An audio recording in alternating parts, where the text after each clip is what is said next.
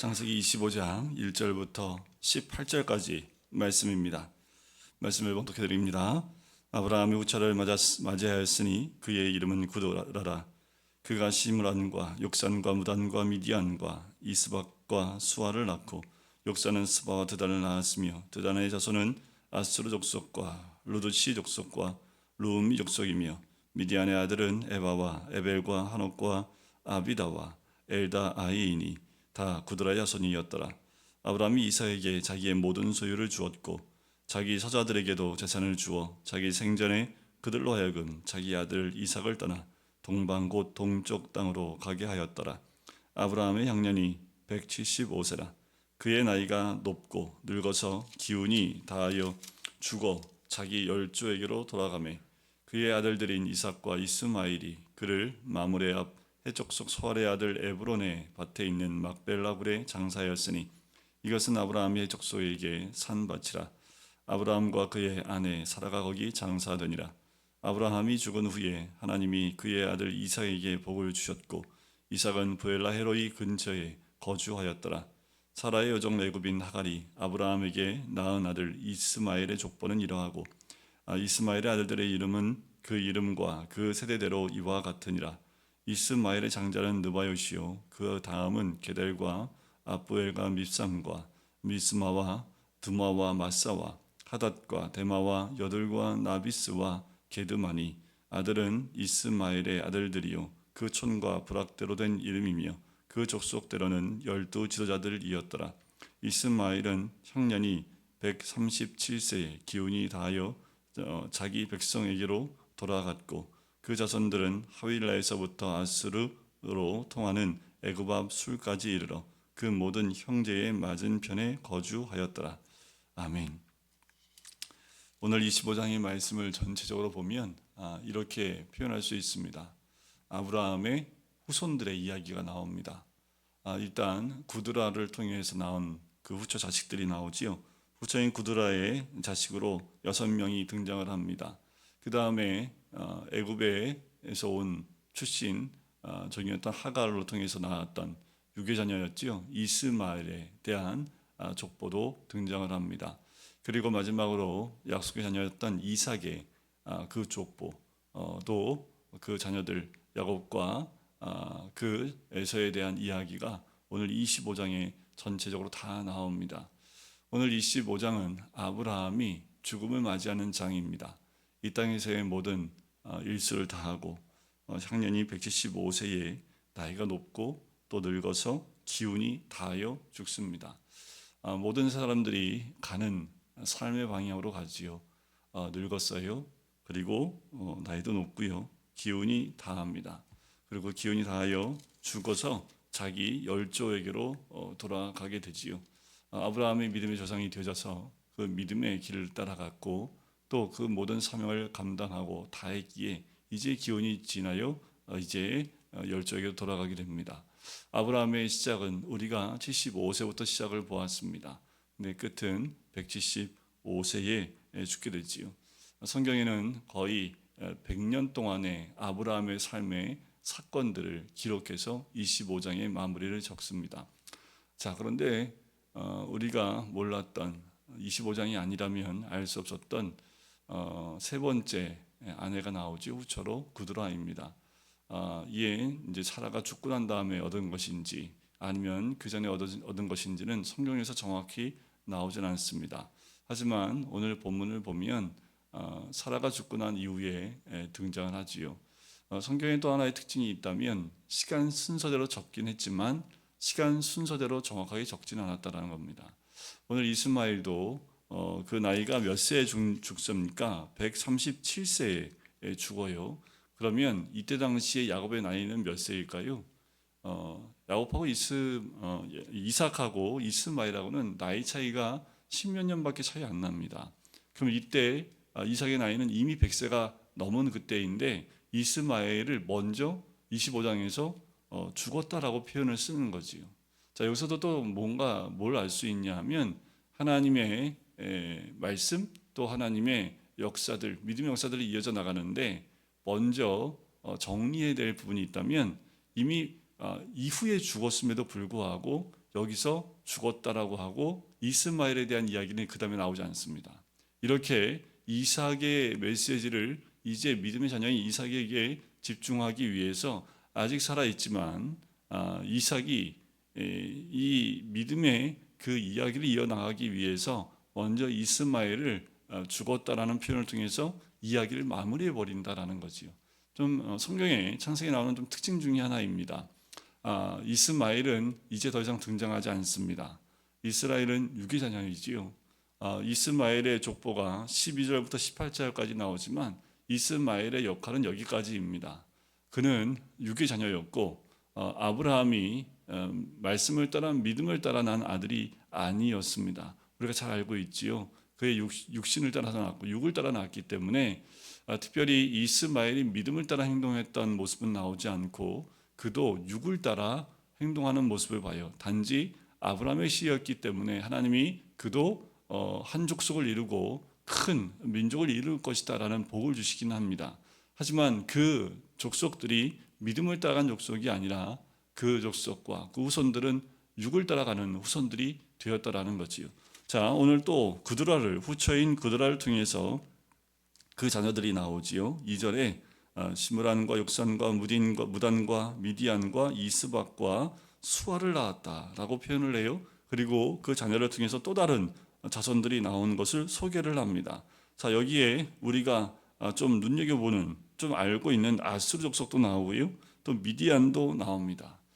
그렇다면 이 그드라를 통해서 나온 후처들도 그 후처를 통해서 나온 그드라의 자식들도 보면 언약의 자손이 아니기 때문에 이들의 자손 가운데에도 여러 족속과 민족으로 성장을 하지만 하나님의 택한 족속들은 되지 못하는 것을 보게 돼요. 이들은 어떤 역할을 하냐면 이스라엘 족속 주변에 있는 족속들로 등장을 하지요.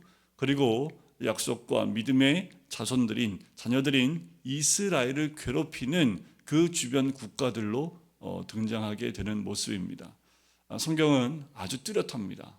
세상과 또 하나님 나라 그리고 언약을 따라갔냐 육을 따라갔냐에 따라서 정확하게 성경에는 무엇을 따라가는 인생들이냐에 따라서 그의 삶의 결론이 나옵니다. 자, 또 오늘 25장에서 알 수 있는 것은 이렇게 족속과 족속을 이루고 나라를 이루고 있음에도 불구하고 믿음의 자녀인 이삭은 단지 두 아들 이야기 외에는 나오지 않아요. 세상이 봤을 때는 굉장히 연약한 이들의 모습이 나옵니다. 굉장히 약해 보여요. 자식도 제때 못 낳아요. 40살에 결혼을 했는데 이제 내일 보겠지만 60세 돼서야 아들을 낳는 모습은 20년이 걸립니다. 아들을 낳는데 쌍둥이를 낳지만 야곱과 에서를 낳는데 20년이 걸려요. 또 낳은 그 아들이 성장해서 둘이 싸워요. 장자권 때문에 속이고 팥죽으로 속이고 얻는 장면이 나옵니다. 그런데 믿음의 후손들이에요. 약속의 자녀들이에요. 그런데 자녀 낳는 것도 잘 쉽게 낳지 못해요. 낳고 그것도 쌍둥이도 태어나는데 하나님이 큰 자가 작은 자를 섬긴다 라는 그 메시지와 함께 둘이 성장하면서 서로 다른 색깔을 드러내는데 야곱은 또 형에게서 속여서 장자권을 뺏어요. 여러분들 이렇게 멀리서 바라보면 어떻습니까? 하나님이 복을 받은 족속을 보면 이스마엘 족속이 더 크게 자라는 것 같아요. 그리고 후처인 그드라를 통해서 족속들이 이루어나가는 것을 보아요. 당장 이때 이 시기에 이루어지지 않았지만 25장은 전 시대를 또 이들의 오랜 시간을 통해서 이루어진 그 족속과 나라들을 표현하고 있긴 하지만 성경에는 믿음의 자녀이고 약속의 자녀인 이삭을 통해서 나온 그 후대를 보면 25장은 굉장히 약한 모습을 본다라는 거지요. 여러분, 우리가 약속을 따라간다고 했을 때 당장 눈앞에 아주 큰 것으로 다가오지 않습니다. 당장 믿음을 따라가면 당장 눈앞에 어떤 커다란 결과물이 나올 것 같아요. 그 당장 모든 것이 이루어질 것 같아요. 하지만 성경에 나와 있는 모습들을 보면 그렇지 않은 모습을 봐요. 굉장히 미약하고 굉장히 약합니다. 그런데 그렇게 연약하고 또 굉장히 작고 아무것도 아닌 것 같은데 그 가운데 하나님이 메시지를 하나씩 넣어주십니다. 그 메시지, 그 말씀 하나가 믿음의 대를 이어갈 수 있는 그 연결고리가 돼요. 다른 거 없습니다. 믿음이고 약속의 자녀이기 때문에 이들이 뭔가 색다르고 뭔가 이들의 생각과 삶과 모든 것이 처음부터 달랐다. 아니요. 이들의 삶 가운데 다른 건 딱 하나밖에 없습니다. 하나님의 말씀이 존재했다라는 거예요. 그리고 그러지 않았던 구드라의 후처인 구드라의 자손들과 그리고 이스마엘의 후손들은 말씀이 없다라는 거예요. 그 차이입니다. 여러분들 우리가 믿음의 자녀인 것도 마찬가지예요. 무슨 차이밖에 없어요? 세상 사람과 나와 차이점이 뭐가 있습니까? 세상 사람들이 더 잘 살고 더 보기에도 훌륭하고 더 좋은 일들 많이 하는 사람 더 많습니다. 그런데 그럼에도 불구하고 세상에서 보았을 때 그들이 더 잘난 것 같고 더 풍성한 것 같고 더 권세를 누리는 것 같고 더 커 보이지만 정말 약하고 아무것도 아닌 것처럼 보이는 믿음의 사람들이지만 그들과의 차이점은 뭐예요? 말씀이 있느냐 없느냐의 차이입니다. 하나님이 보시는 것은 언약이 있느냐 없느냐의 차이지 그들이 어떤 선행을 많이 했고 얼마나 많은 힘이 있고 얼마나 많은 것을 소유했느냐 거기에 있지 않다라는 거예요. 비교하지 마십시오. 세상과 비교해서 왜 믿음의 사람들이 이거밖에 안 돼요? 라고 하실 필요가 없습니다. 하나님이 보시는 것은 그들과 비교하는 것이 아니라 단지 하나예요. 믿음이 있느냐 없느냐, 언약이 있느냐 없느냐, 이거 외에는 하나님이 비교하시는 게 없습니다. 우리에게 믿음이 있다면 세상이 아무리 커 보이고 잘난 것 같아도 우리와 비교할 수 없다라는 거지요. 여러분 오늘도 우리가 아브라함이 100년 동안 걸어간 길이 이제 12장부터 25장의 마무리가 됩니다. 우리의 마무리는 어떻게 끝날까요? 끝까지 하나님이 주신 사명을 감당하는 거지요. 이 땅에서의 삶은 끝까지 언약을 따라 말씀을 따라 사명을 감당하고 그것이 완성되어졌을 때 그때 이 땅에서의 삶은 마감이 되는 겁니다. 우리는 다른 거 없어요. 세상 사람보다 더 건강해요. 예수 믿었더니 일도 잘 풀리고 더 건강하고 더 잘 돼요. 아니요. 그건 세상 기준입니다. 아무리 내가 몸이 연약하고 또 힘들고 또 가진 거 없고 연약하고 남들 비교했을 때 정말 아무것도 아닌 것처럼 보인다 할지라도 말씀드리지만 말씀이 있고 믿음이 있다면 하나님은 그것을 가장 존귀하게 보신다라는 거예요. 우리가 믿음의 눈을 가지면 이런 것들이 우리 눈에 또 우리의 삶의 중심에 또 가장 중요한 것으로 위치하고 있어야 합니다. 그래서 세상과 다른 기준을 가지고 살아가는 거지요. 오늘도 정말 우리는 세상이 눈여겨보지 않습니다. 그런 만한 일도 안 하고 있어요. 우리가 할 수 있는 힘도 없고 능력도 없어요. 하지만 그 많은 사람 가운데 믿음이 있기 때문에 하나님은 오늘도 우리가 살아가는 삶 가운데 함께 하시고 25장에 적혀있는 이삭처럼 아무것도 아닌 것 같은데 정말 사건도 아무것도 없고 큰 민족을 이루는 것 같지도 않은데 이렇게 성경에 적혀지게 되는 것처럼 우리도 오늘 하루 동안 주님이 그 믿음이 있기 때문에 나와 함께 하시고 동행하시고 또 우리의 삶 가운데 역사하시는 줄 믿습니다. 오늘도 그 믿음과 말씀 가운데 거하시는 하나님의 사람이 되시기를 주님의 이름으로 간절히 축원드립니다. 기도하겠습니다. 사랑해 주님 감사합니다. 하나님 오늘도 연약하지만 우리의 연약함 가운데 주님을 의지하고 또 예수 그리스도를 믿는 믿음과 말씀을 붙잡게 해주심을 감사합니다. 여전히 주의 백성이지만 또 하나님 나라를 이루고 있지만 세상과 비교했을 땐 너무나 연약하고 작은 우리들인 것을 고백을 합니다. 세상은 이스마엘 족속처럼 또한 후처인 구드라의 그 후손들처럼 강대하고 나라를 이루고 있을지 모르지만 우리에게 말씀이 있고 믿음이 있기에 우리 주님은 오늘도 우리를 바라보시고 또 우리를 통해서 역사를 이루어 나가시는 줄 믿습니다.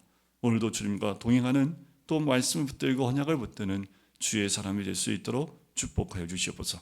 감사드리며 예수 그리스도의 이름으로 기도드립니다. 아멘.